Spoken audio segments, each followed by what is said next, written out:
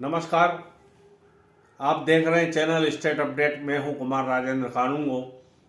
मेरे साथ मौजूद हैं वरिष्ठ पत्रकार, वरिष्ठ राजनीतिक विश्लेषक डॉक्टर शिशिर उपाध्याय। नमस्कार। उनका स्टेट अपडेट में मैं स्वागत करता हूं और एक विशेष बात पर हम चर्चा करने जा रहे हैं। आज़ादी के बाद ऐसा पहली बार हो रहा है जो पहले कभी हुआ नहीं है, और वह उपराष्ट्रपति प्रदीप धनखड़ जी के विरुद्ध एक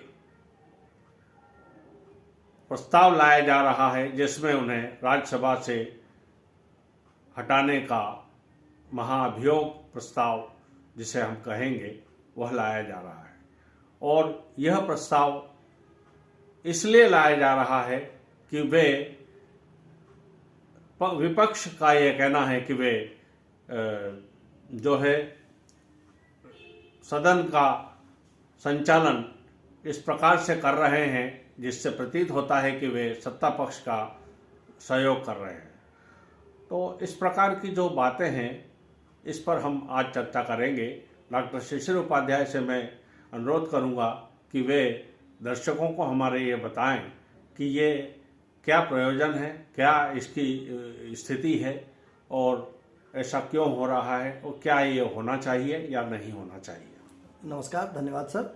ये चूँकि बड़े देश के लिए और पूरे विश्व में ये चर्चा का विषय बना हुआ है ये मामला।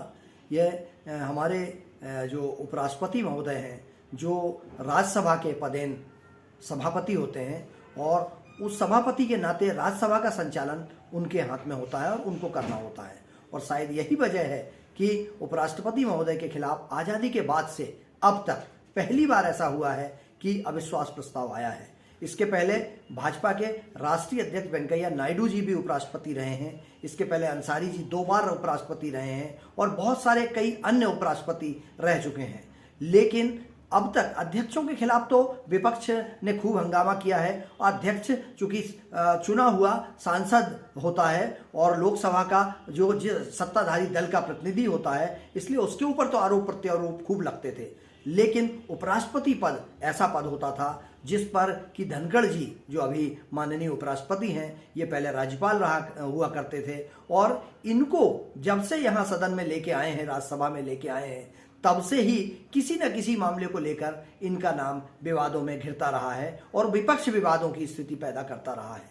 इस बार जो हुआ है, उपराष्ट्रपति और राज्यसभा के सभापति के खिलाफ जो अविश्वास प्रस्ताव आया, उसमें नियम है, जो संविधान में जो इसमें एक क्लाज दिया गया है कि 50 से अधिक सांसद अगर लिख कर देते हैं अविश्वास प्रस्ताव को, तो अविश्वास प्रस्ताव ग्राह्य होता है।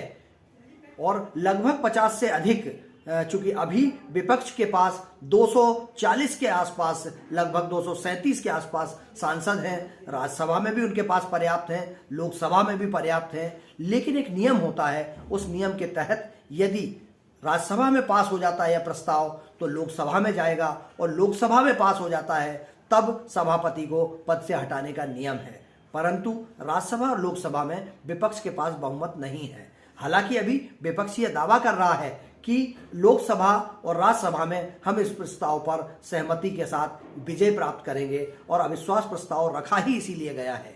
परंतु जो अंकों का गणित है वह कहीं ना कहीं एनडीए गठबंधन के पक्ष में जाता है, इंडिया गठबंधन के पक्ष में नहीं नजर आ रहा है। परंतु हार जीत किसकी होगी ये तो आने वाला समय बताएगा। परंतु सर, जो स्थिति बन रही है, जो उपराष्ट्रपति का जो सम्माननीय पद होता है, सभापति का जो पद होता है, उस पर कहीं ना कहीं आक्षेप बड़ा दुखद है। पूरे देश की में चर्चा हो रही है, विश्व में चर्चा हो रही है कि उपराष्ट्रपति और राज्यसभा के सभापति के खिलाफ अविश्वास प्रस्ताव, आरोप प्रत्यारोप जिस तरीके से लगाए जा रहे हैं, ये बिल्कुल सही है कि विपक्ष जैसा आरोप लगा रहा है, कहीं ना कहीं यह उनका कहना है कि वह एक सत्ताधारी दल के पार्टी के मेंबर की तरह व्यवहार कर रहे हैं, विपक्ष को अवसर नहीं देते हैं, विपक्ष के साथ अभद्रता करते हैं, ऐसे आरोप जो लगा रहे हैं। लेकिन विपक्ष को भी यह चीज़ अगर राज्यसभा में सभापति महोदय के साथ बैठकर सर्वदलीय बैठक में बैठकर इस मुद्दे पर अगर चर्चा कर ली जाती तो यह ज़्यादा उचित होता।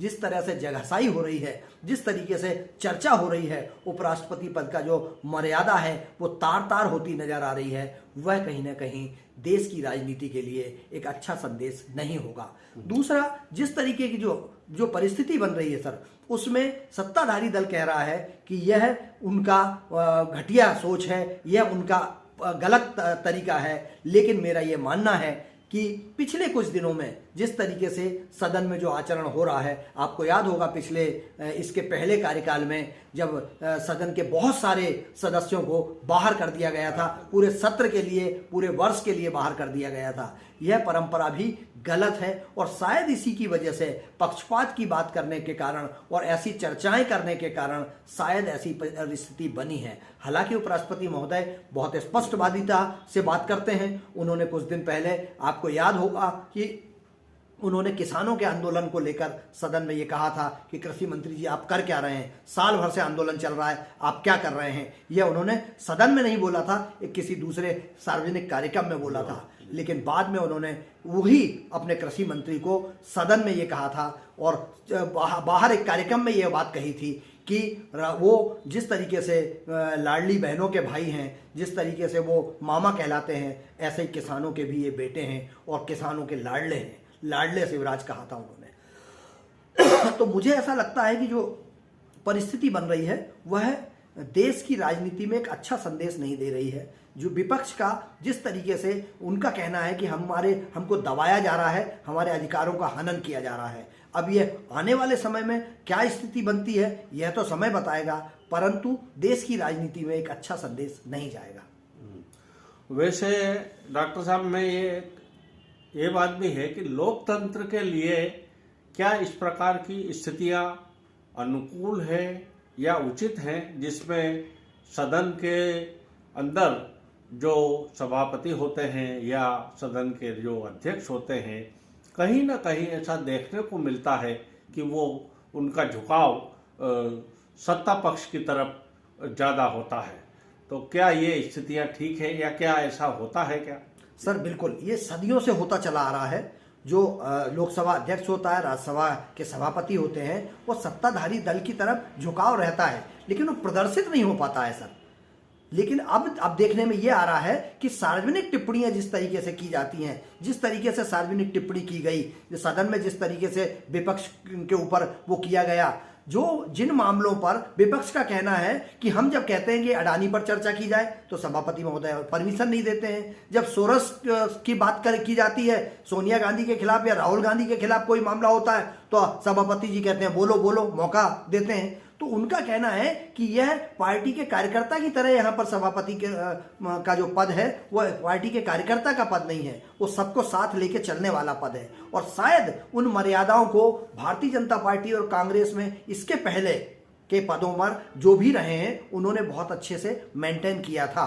जगदीप धनखड़ जी बहुत, जो हमारे उपराष्ट्रपति महोदय हैं, बहुत विद्वान हैं, बहुत ही सहनशील हैं, बहुत संघर्षशील हैं और धैर्यवान हैं।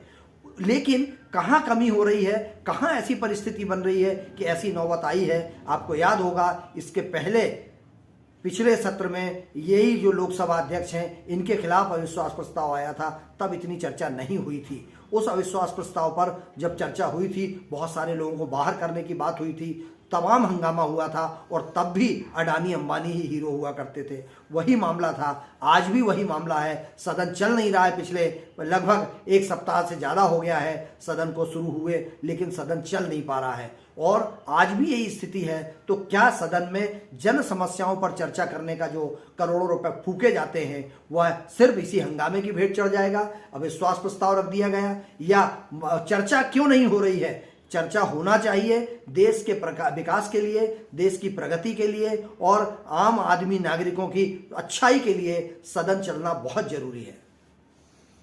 आम नागरिकों के अधिकारों का हनन हो रहा है सदन न चल करके, और ये स्थिति कमोबेश देश की अन्य विधानसभाओं में भी देखी जाती है। वहाँ भी इसी प्रकार के हंगामे होते रहते हैं।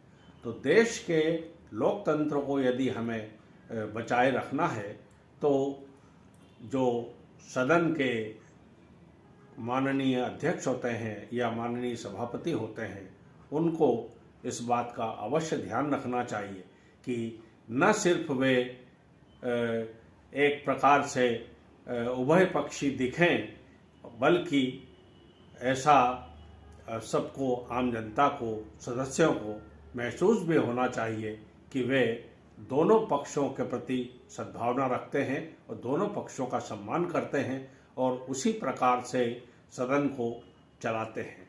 तो साथियों, यदि यह वीडियो आपको अच्छा लगा हो तो कृपया इसे लाइक करें, शेयर करें और अधिक से अधिक सब्सक्राइब करें। मुझे और डॉक्टर शिशिर उपाध्याय को दें अनुमति। नमस्कार।